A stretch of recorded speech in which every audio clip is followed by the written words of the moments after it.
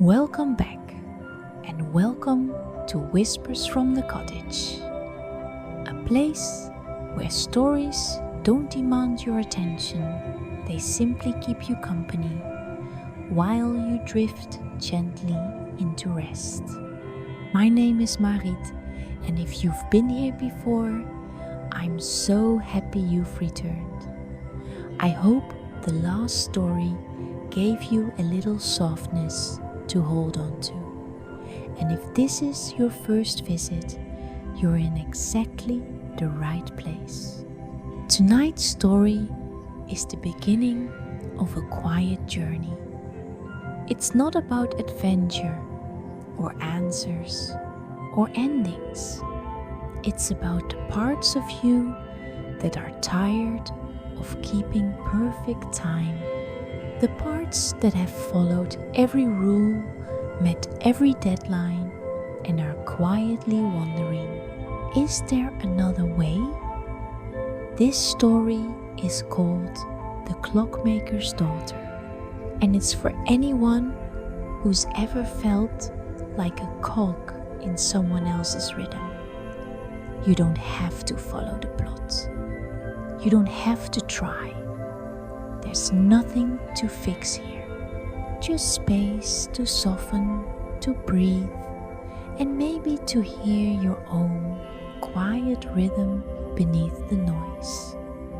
So wherever you are, lie back, get comfortable, and let your shoulders drop. There are no ads, no interruptions, just the steady unfolding of words, breath, and the kind of silence that heals you without asking permission. The path begins in a house full of ticking clocks. But don't worry, we won't stay there forever. Let's begin. The House of Clocks. There was a house where time didn't simply pass. It lived.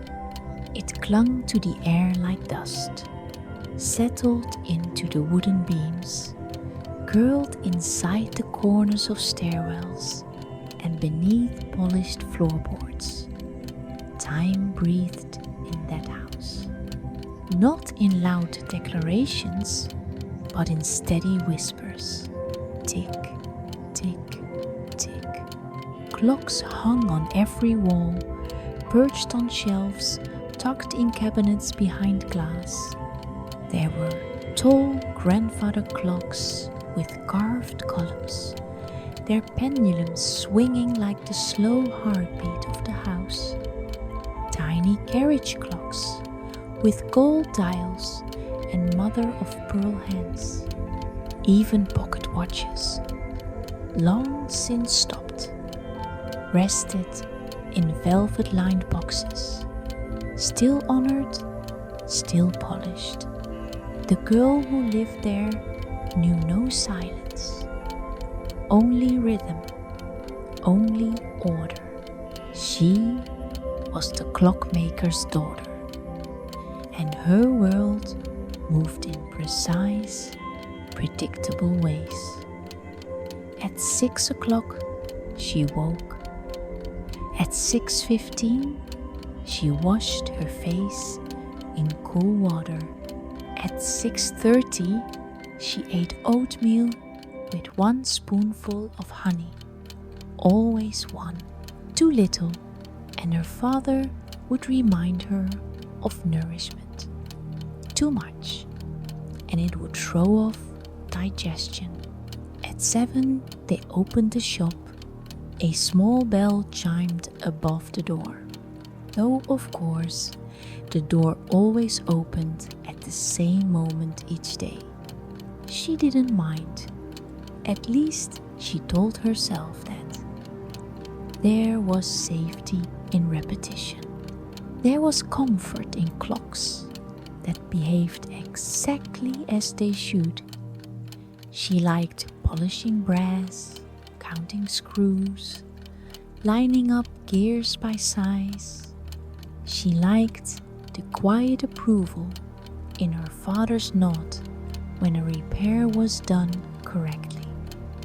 What she didn't like, or perhaps didn't know how to dislike, was the weight of it, the way time filled every space. There was no music in the house, no laughter that didn't fit within the margins of mealtime, no surprises, no accidents, no spontaneity. Even joy felt like something to be scheduled, measured, filed away. The house was beautiful in a somber, shadowed way. Heavy velvet curtains muffled outside sounds. Windows were tall but often shut.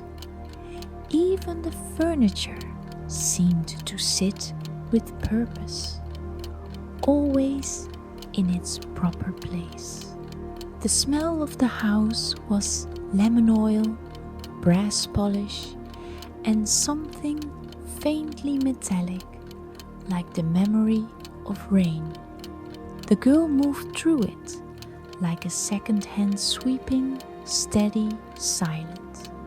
She had no siblings. Her mother, she was told, had passed when she was a baby. But there were no photos, no mementos, just her father, his tools, and the ticking. Some evenings, just after dinner and just before the 8 to 30 winding ritual, she would stand in the hallway between two tall clocks, each swinging their pendulums at opposite ends. She'd close her eyes, let her breath slow, and feel as if she too had become part of the machinery, just another cog, just another reliable part. But sometimes, late at night, when the house felt emptier than usual and the moonlight fell through the slats in the shutters, she would lie in bed and imagine, what would it be like to live in a house without clocks, without sound, without routine? What would her mind do, untethered? Would her thoughts fly like birds? Would she remember what her own heartbeat sounded like? She didn't know. She wasn't sure she wanted to. But the wandering had begun, and once wonder starts ticking, it does not stop. She couldn't talk to her father about it. He wasn't unkind, just always focused. To him, every moment held a purpose. Every hour deserved a name. He loved the work. She could see that. He would smile softly when a clock he'd rebuilt came back to life. His hands, though aging, were nimble, confident. Sometimes he spoke to the clocks, just under his breath. "Ah, there you are." "Good morning, old friend," she once asked him. "Why do you fix clocks and not something else?" He paused, then said quietly, "Because clocks don't lie. If they're broken, they show it. And if they're working, they never pretend to be anything else." She nodded. But deep down, she wondered what that meant for people. Because lately, she felt broken. But she was still pretending. It wasn't dramatic, just a slow tiredness. Not in her muscles, but in her soul. She'd wake feeling hollow, walk through the motions of the day, as if reading lines from a script she hadn't written. People in town still praised her, You're always on time. You're so mature for your age. You must make your father proud. She smiled politely, but inside a voice whispered, "But am I proud of me?" And so, in the quietest moments, between one tick and the next, she began to notice the longing, a soft ache, a question without words, a yearning for something unnamed. It didn't speak in full sentences, just impressions, stillness, wind, green things growing without being told to, water without measure. And though she could not name it yet, that longing would become the beginning of everything that followed. The sound, she never noticed it, began with a breath. Not a loud one, not a gasp or a sigh, just one quiet breath that didn't fit. She was polishing a pendulum clock, her fingers wrapped in linen, the brass warming slowly beneath her touch. The gears inside had been cleaned, the weights checked, the chain tension balanced. Everything should have sounded normal. Tick-tock, tick-tock, tick-tock. But her breath, it didn't match. It came in uneven, fell between the ticks, and for the first time she noticed she tried to steady it, matched her inhale to the swinging pendulum, held her exhale like a note in a choir. But the more she tried, the more wrong it felt. The rhythm she'd lived inside for years was beginning to resist her. Or perhaps she was resisting it. Later that afternoon, she sat at the window during her 5-minute tea break. Steam curled from her cup in delicate threads. Outside, a bird sang, but not in rhythm, not in any predictable pattern. It chirped once, then twice quickly, then paused for no reason at all. She tilted her head. It wasn't following time, it was following something else. Maybe instinct, maybe weather, maybe nothing at all. And suddenly, she envied that bird in a way she couldn't explain. That night, she lay in bed, staring at the ceiling, her covers pulled up to her chin. The ticking was still there. Of course it was. The clock by her window clicked every second, loyal as always. But beneath it, beneath that sound, she knew, like her own name, there was something else, a kind of hum, not from the walls, not from the clocks, but from inside her, like a low vibration that had always been there, only now she was hearing it for the first time. She placed a hand on her chest, felt her heartbeat. Not the fast pace of anxiety, but a steady, ancient rhythm that had nothing to do with clocks. It was her own time, her own inner tide, and once she heard it, she couldn't unhear it. The days that followed were not different, at least not on the surface.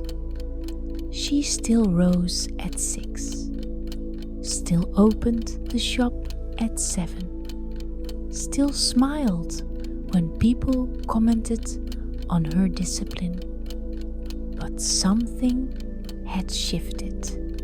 In the mirror, she saw a flicker behind her eyes. Not quite sadness, not yet rebellion, just question. While dusting the shelf above her father's workbench, she paused to watch the motes of dust dancing in a shaft of morning light. They moved with no order, no logic, just floating, like they belonged to nothing but the air. She wanted to be like that, just for a moment, suspended, uncounted. The silent brass clock, the one that wouldn't tick, was still sitting on the side shelf, unrepaired, unbothered. She visited it more often now. Sometimes she ran her fingers across its face, traced the crack near the 2 o'clock mark.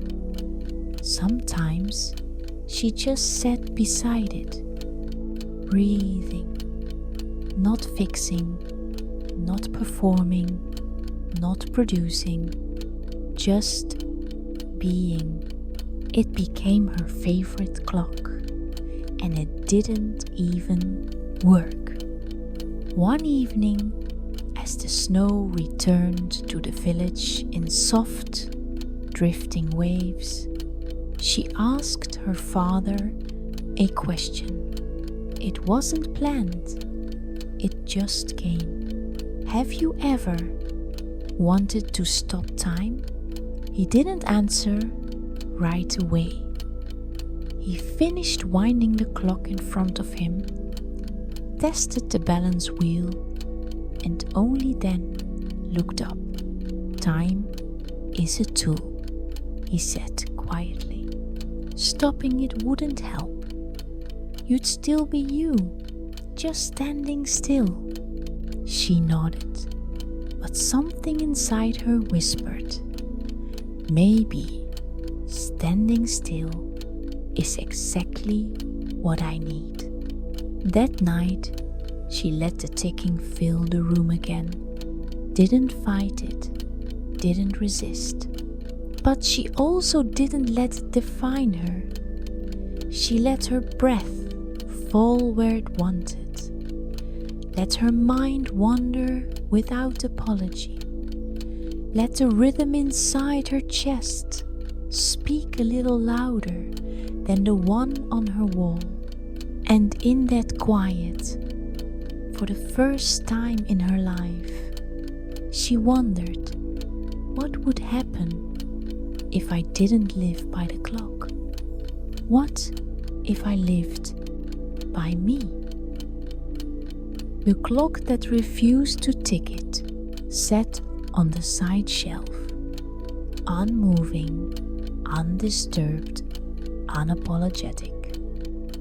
The clock that refused to tick, others had been fixed and returned to their homes.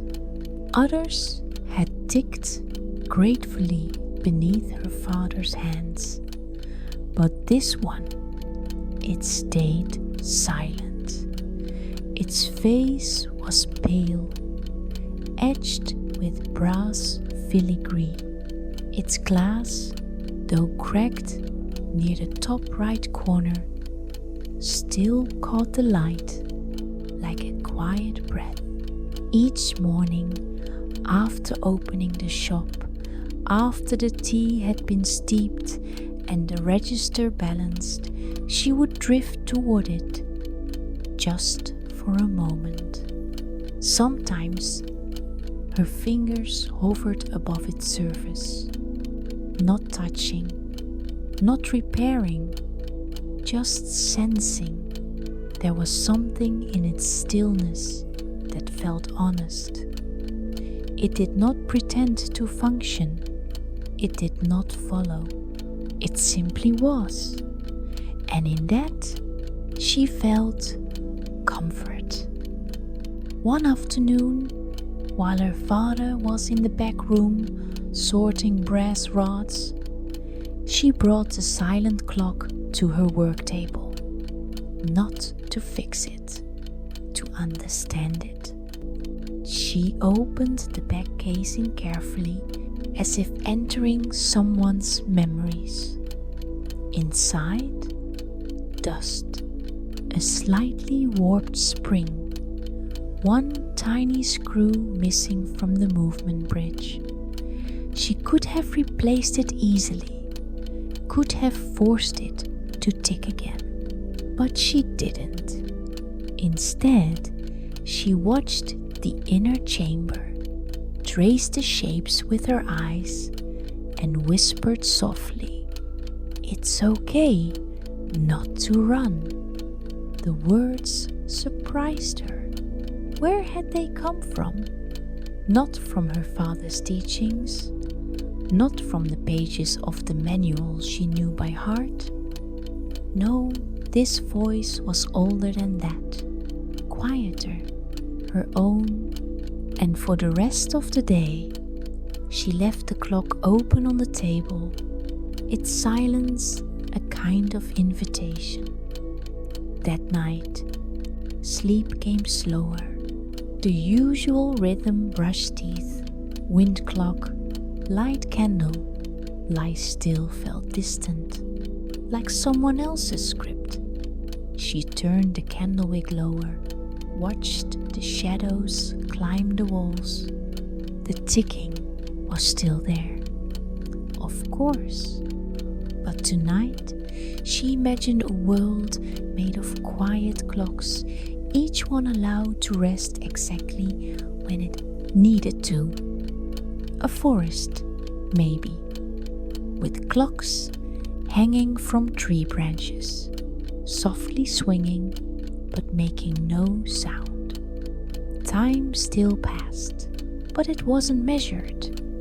It was felt, like sunlight warming the back of your hand, like a stream deciding its own pace.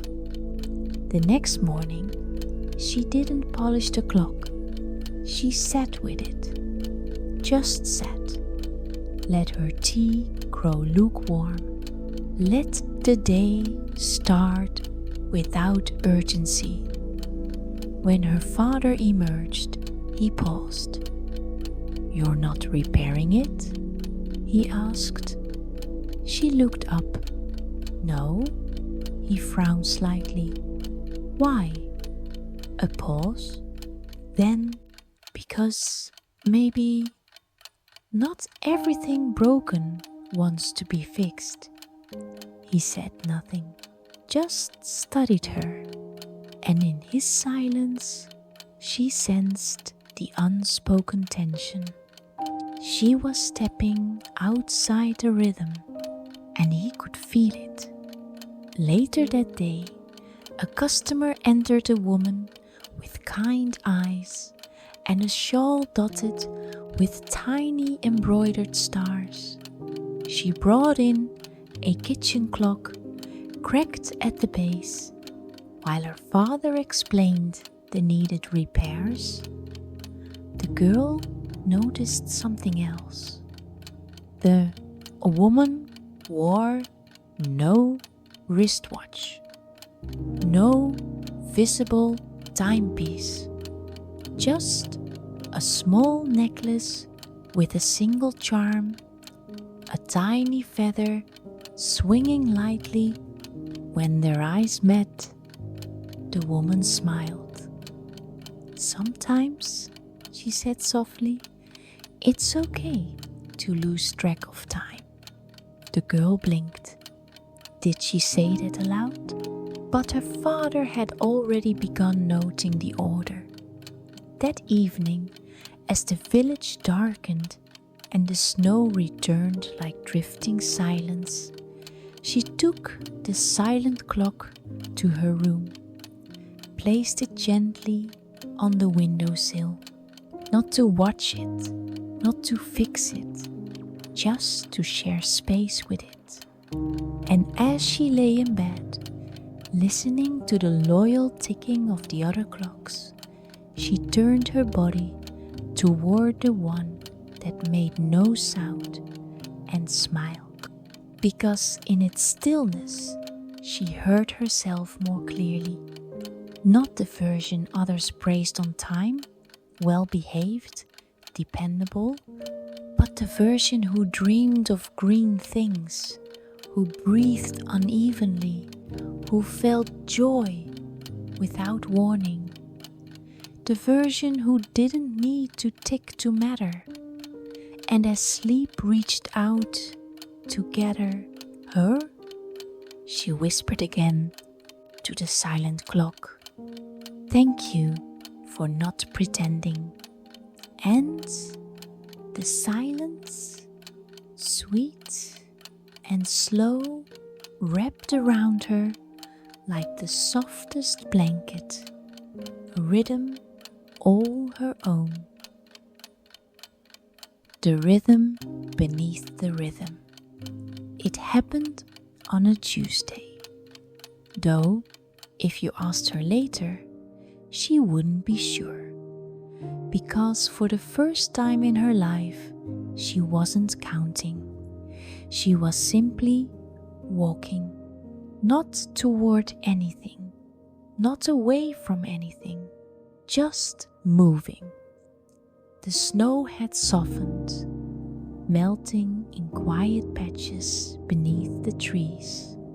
Pale green things began to push up from the earth, shy, uncertain but real. She'd taken the long path behind the house, past the garden wall, past the broken sundial no one used anymore. She wasn't supposed to go that far without telling her father, but she had. Not in rebellion, in curiosity. Her boots left shallow prints in the mud, but she didn't look back. She was listening, not for footsteps, not for clocks, but for something older. There was a rhythm beneath the rhythm. She could feel it now. Not measured by seconds, but by stillnesses between sounds.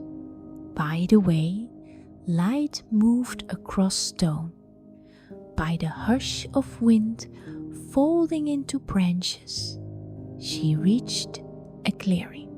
Small, round, mossy. At its center was a flat stone, worn smooth by time or memory. She sat, no cushion, no book, no ticking, just breath. And beneath her breath, something else, a slow tidal pulse, like the earth itself was breathing, and she could match it. Inhale, hold, exhale, let go. It didn't matter how long, there was no right count, only presence. Her heartbeat, when she noticed it, felt new, as if it had always been playing a background melody she'd never truly listened to. Not like this. Now, she listened, and in that quiet, she heard a question rise from within her. If I wasn't being timed, who would I be? That evening, she didn't wind her bedside clock. She stared at it for a moment, fingers on the key, then slowly set it down. The silence that followed was not empty. It was full of night sounds, of the creak of wood, of her own deepening breath. And as her thoughts drifted, she imagined a world not ruled by bells or alarms, but by rhythm, natural personal rhythm, the rhythm of yawns and pauses, of songs that slow when your heart slows, of mornings that begin only when your body says yes. A place where clocks were not rulers, but companions softly ticking in the background, never demanding to be followed.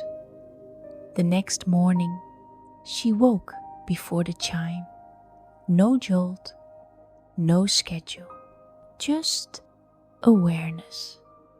Her room looked different in this light, not in shape, in feeling, as if the space had softened around her, relaxed in her permission to just be.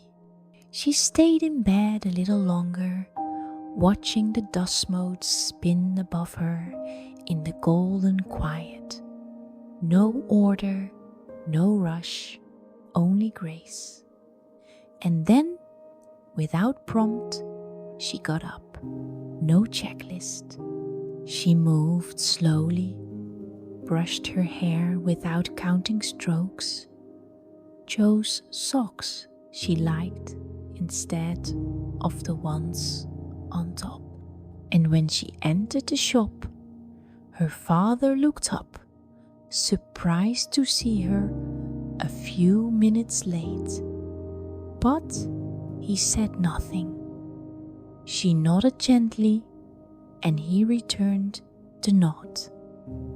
That day, she took fewer notes, let her hands lead more than her eyes, repaired a clock by instinct, not instruction.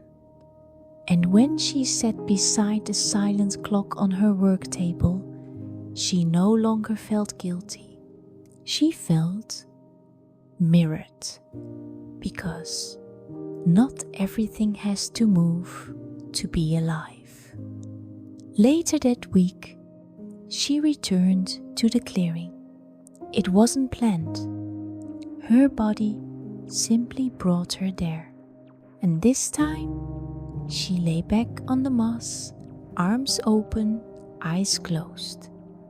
The ground beneath her was soft and vast, and in that moment she felt no pressure to become, no expectation to be useful, just being, breathing, belonging. She let her mind drift to the rhythm she'd found, the one that didn't demand, didn't rush, didn't punish, the one that had always been there, beneath the others, waiting. And with each breath, she felt her thoughts begin to soften, not disappear, just quiet. A slow, silent music filled her chest. She didn't need to name it, didn't need to understand. She only needed to feel it and rest. Deep, kind rest. The room without time, it was hidden.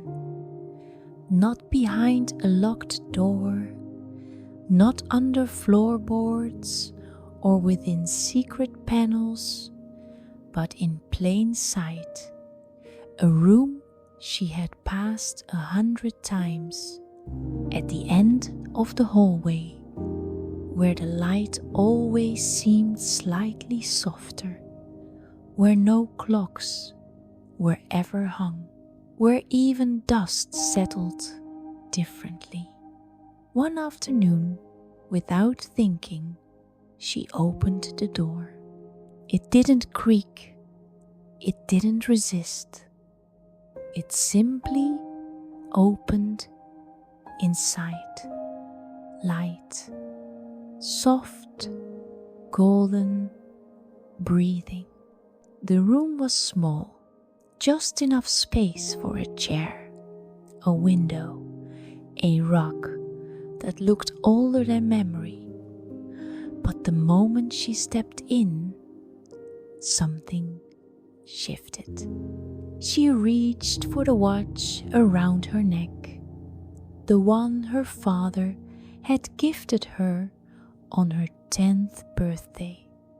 It had stopped, not broken, just still, like it, too, knew this room did not belong to time. She looked around. There was no tick, no hum, no waiting. And the strangest thing, she did not feel urgency, not even curiosity, only peace. As if her body remembered something her mind had long forgotten. This room had always been here, waiting, patient, like an old friend who never doubted you'd return. She sat in the chair by the window, noticed the way the sun curved along the wood grain, the way the wind outside didn't press, but flowed gently like a second breath. Inside her chest, stillness, but not the kind that comes from exhaustion, not from giving up. This was the stillness of enough. Nothing to fix, nothing to prove, no rhythm to match. Just this. Her hand rested on her lap, open, unclenched. She could no longer tell how long she had been sitting.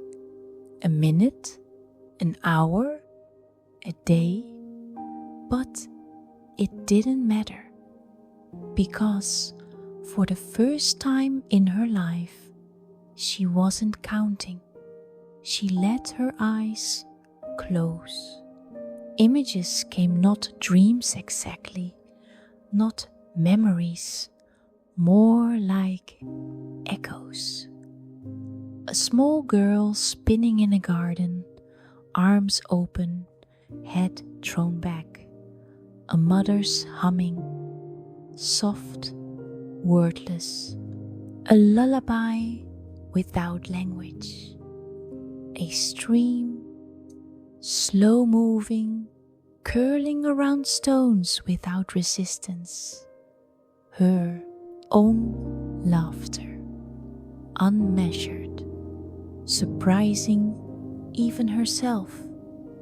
Tears came, but not from sadness, from recognition, from remembering that she had once lived without being timed, that she had once been more than her schedule, that her soul had always known this room existed and had been waiting.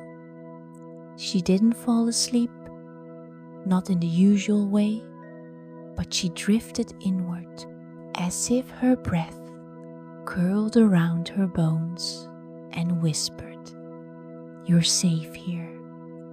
The clocks outside continued, no doubt. The world moved on, but here in this room, time folded in on itself. And in that folding, she unfolded. No name, no role, no expectation, just being, just breath, just now. She woke, if that's the word, with a clarity so soft it felt like silk on skin. She stood slowly, feet touching the warm wood floor. A part of her wanted to stay forever, but another part, the quieter, wiser part, knew this room would never leave her. It had entered her, it was her. She opened the door and stepped back into the hallway. The clocks resumed their gentle ticking. The shop buzzed faintly below, but inside her everything had changed. She no longer belonged only to the rhythm of others. She had met her own. That evening, her father noticed a shift.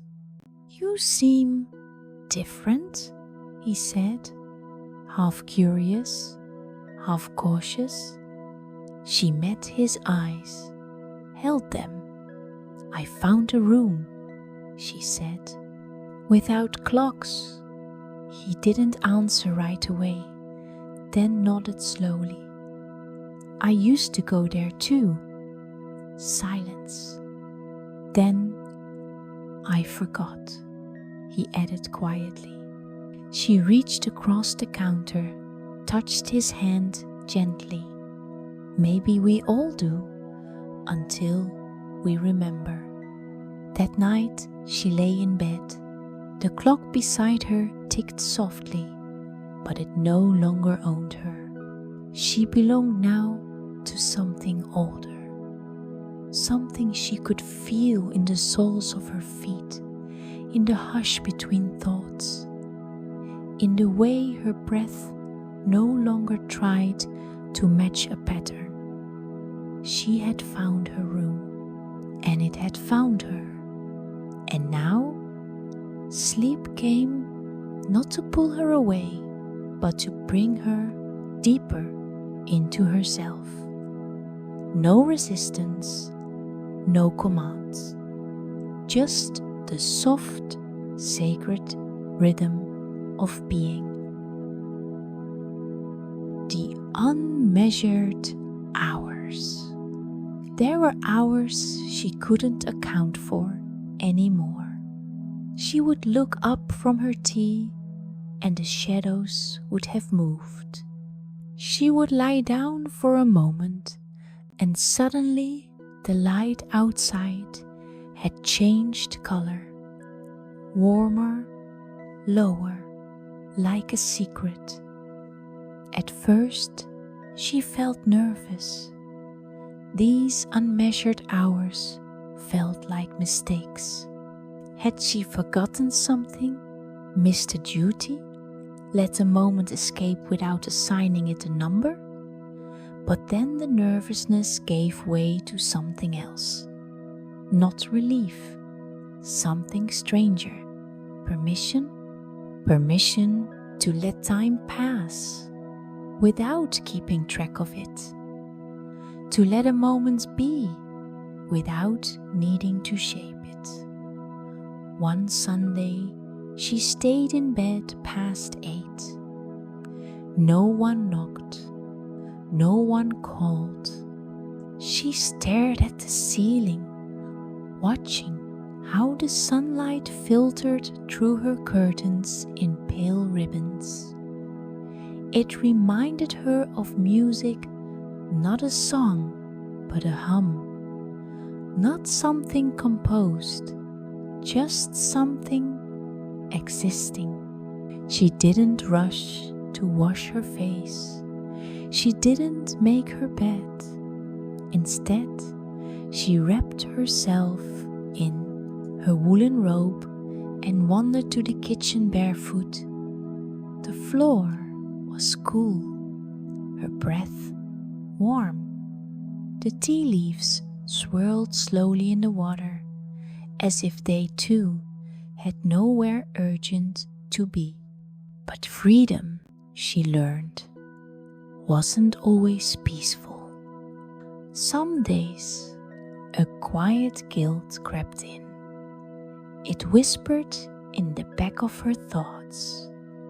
Shouldn't you be doing something? You're wasting the morning. What would your father say? She tried not to listen, but the voice had lived inside her for years. It knew the exact tone to use. Not angry, just disappointed. And disappointment was harder to bear than anger. She began visiting the room without time more often, sometimes just for minutes, sometimes longer. She never checked. There was no clock in that room, and she never brought one with her. She would sit or lie on the rug or watch the shadows shift. And once she cried, not from sadness, but from the weight of how long she had gone without simply being. One evening, after the shop had closed, her father found her there. He stood in the doorway for a long moment. She didn't speak, neither did he. Then he stepped inside, sat across from her. He looked around at the bare walls, the soft light, the quiet. "It feels strange," he said. "No ticking." She nodded. He was silent for a while. Then, almost to himself, he added, "I used to fear silence." She looked at him gently. "Why?" He rubbed his hands together slowly. "Because in silence, there's nothing to measure. No proof that you're doing enough." Her eyes softened. "And now?" she asked. He exhaled, not quite a sigh. "I'm not sure anymore." She reached out, took his hand. They sat like that, not speaking, not measuring, just sharing the same unmeasured hour. In the days that followed, she noticed a change. Not loud, not sudden, but something had loosened. Her father paused more often, looked out the window longer, even forgot to wind the clock once, and laughed when I realized it. They didn't speak much about the room, but it stayed between them like a gentle pact, and still the guilt visited her. But now she didn't fight it. She let it come, let it sit beside her like an old ghost. She would say, "You're allowed to be here, but you don't get to decide who I am." And the ghost would grow quieter each time. One afternoon, she returned to the clearing in the woods. The snow had melted completely now. Soft moss and tiny flowers had returned.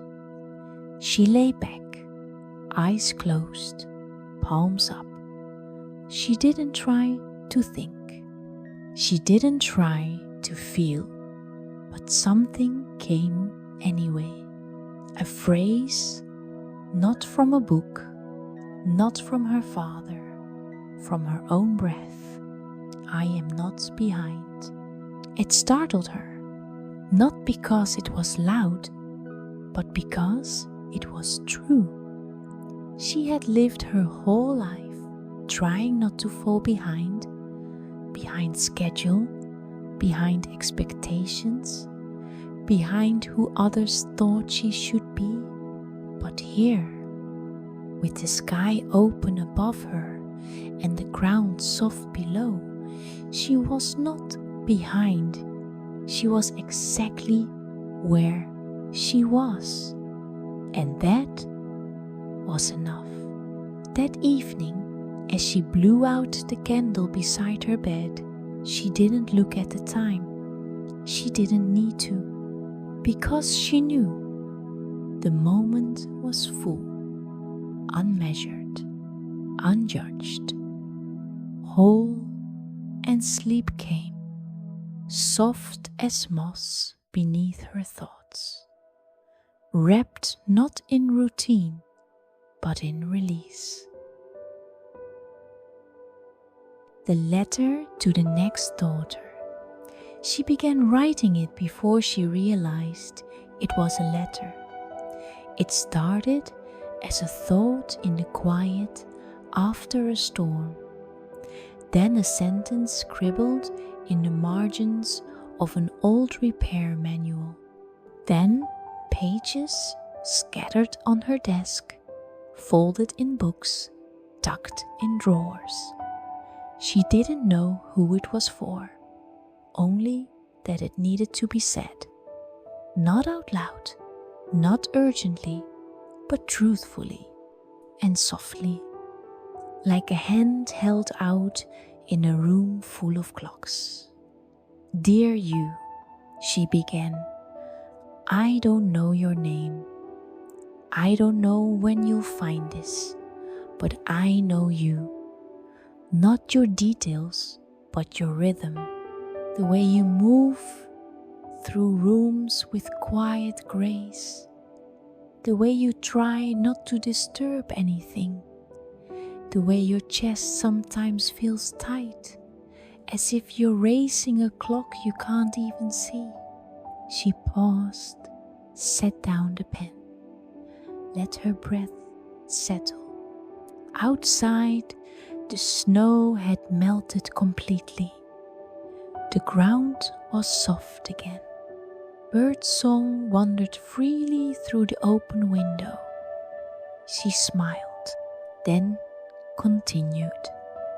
Maybe you were praised for being good, for being helpful, for being calm.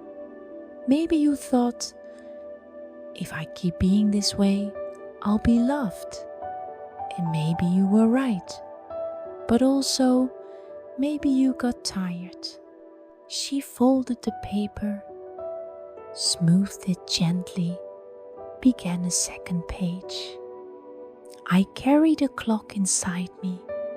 For years, I didn't know it was there. It told me to keep going, to stay quiet, to do better. And even when I rested, I still felt it sticking. It was never cruel, just scared. It thought it was keeping me safe. She let that sentence sit for a while. It felt true and kind, because kindness, she'd learned, was not softness for the sake of others. It was truth spoken without harm. If you feel like you're behind, you're not. If you feel like you're failing, you're not. You are not a list of tasks. You are not a clock. You are breath and silence, and all the spaces in between. She wiped away a tear with the back of her hand. It wasn't a sad tear, it was a remembering kind. The kind that comes when your heart recognizes something it forgot it always knew. You don't have to earn softness. You don't have to prove your worth by performing peace. You can fall apart slowly. You can be messy and holy and still good. You are allowed to leave rooms that don't see you. You are allowed to stay still. She added no signature, only one final line. The rhythm you're looking for is already inside you. Trust it. And then, gently, she placed the pages in a cloth envelope and tucked it into the drawer beside her bed. She didn't seal it, because maybe the person it was meant for would arrive before she expected, maybe even tomorrow. That night, she sat by the window. The silent clock sat beside her, its face catching moonlight. She didn't touch it, didn't wind it, just let it be. And when she closed her eyes, she imagined the letter floating gently across time, like a paper boat on a quiet stream, to the girl she once was, to the woman she might never meet, to the soul still learning how to stop counting. The message was the same. You are not late. You are not broken. You are not alone. The clock she carried. She didn't know when it had begun, when the weight appeared, when the ticking moved inside her. It wasn't one of her father's clocks. It wasn't metal or mechanical, but it was real. A pressure behind her ribs, a sense that she was always running slightly late, even when she wasn't. A voice that whispered, "Keep up, do more, don't let anyone down." She had carried it for so long, she thought it was part of her body, like a second heartbeat, one that was never still. It grew louder when she was praised. "You're so reliable. You're so put together. You're so calm." And always beneath the compliments, that strange tight sensation. Now I must keep being this, or I'll disappear. Even when she smiled, even when she nodded, she could feel it ticking inside her. It didn't hurt, but it never rested, not until now. One morning, in the quiet between rain showers, she stood by the mirror in her room and placed a hand on her chest, closed her eyes, and said out loud, "Show me." At first, nothing. Then, an image. Clear, simple, unmistakable. A clock, not one she recognized. Not made of brass or wood, but made of light and tension. It hovered just above her sternum, unattached, but deeply embedded. It had no hands, no numbers, only a soft, persistent hum. It pulsed gently, like it was listening. And for the first time, she didn't try to silence it. She asked it a question. "Why are you here?" The clock didn't answer in words, but something rose in her mind, a memory. She was 5, sitting on a stool in the workshop. Her feet didn't reach the floor. Her father was fixing a customer's pocket watch. She asked if she could help. He gave her a small gear and said, "Don't lose this. It's the heart." She held it tightly, too tightly, and later, when it slipped from her palm and rolled under a cabinet, she froze. She didn't cry. She didn't call for help.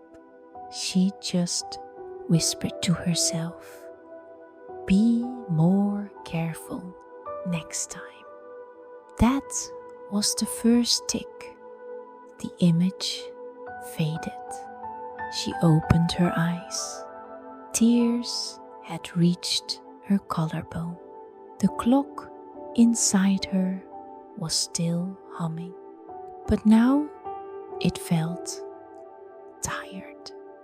Not angry, not cruel, just exhausted from carrying the burden of always being enough. She took a deep breath, then another, and whispered, "You don't have to keep time anymore. I'm allowed to rest." The hum slowed, once, twice, then faded. She felt it leave, not all at once, not dramatically, like mist dissolving in morning light, like tension melting from her shoulders, and in its place, silence, not emptiness, not numbness, but space, a soft, open space inside her chest that she hadn't felt in years. She sat on the floor, let the sunlight through the window warm her back. No clocks ticked, no lists waited. There was only this, her breath, herself, her freedom. That evening, she visited the room without time once more, but this time she brought something with her, a small wooden box. Inside, a tiny drawing of the clock she saw, sketched softly in pencil, then crossed out with one gentle line. She placed it on the windowsill, not to bury it, not to hide it, but to honor it. It had tried to protect her, tried to keep her worthy, tried to make her lovable, and now it could rest. The next morning, she woke before the light, but didn't move. She stayed in bed, watching the slow return of day, and whispered softly, "I am not late. I am not behind. I am not broken." And the rhythm that answered her was no longer mechanical. It was her own, steady, kind, alive.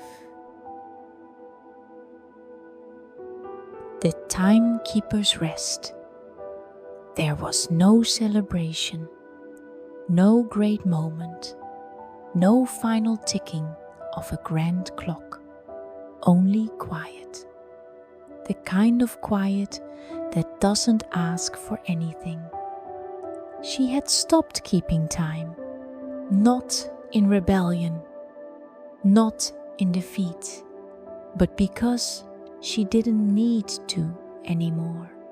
The shop still opened each day, the clocks still ticked, the town still passed by the windows with its usual rhythm. But something in her had changed. She didn't move from task to task anymore. She moved from breath to breath, from presence to presence. Some days she still felt the urge to measure, to count the hours, to check the lists, to prove her usefulness. But then she would return to the room without time, or to the clearing in the woods, or simply to her own breath. And remember, rest is not the absence of action, it is the presence of peace. Her father, too, had softened. He laughed more now, took longer tea breaks, forgot to wind the clock, and didn't apologize. One morning, he placed a small box on the counter, Inside, an old stopwatch. Still silent. He said, "I don't need it anymore." She smiled. "I never did," she whispered, and they both understood. In the evenings, she sat by her window and watched the sky change colors. She didn't call it dusk, didn't check the time. She just watched until the first stars appeared, and that was enough. One night, she lit a candle and wrote in her journal, "I used to believe rest was something you earned. Now I know it's something you return to." She folded the page, placed it beside the letter from before.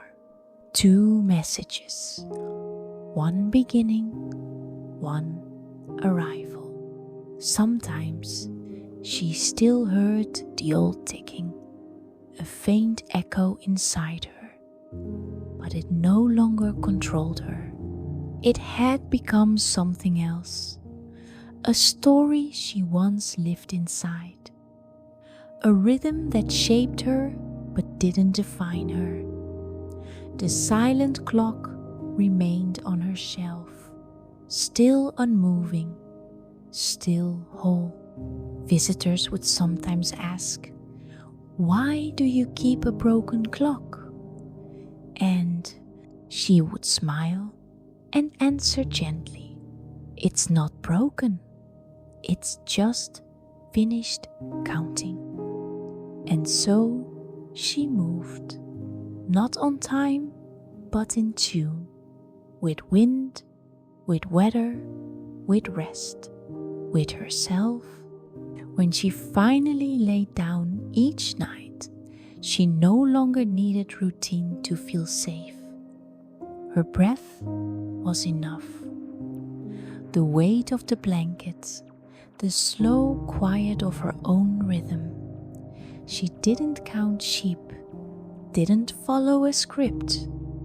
She simply closed her eyes and trusted that her body would carry her to where rest lived.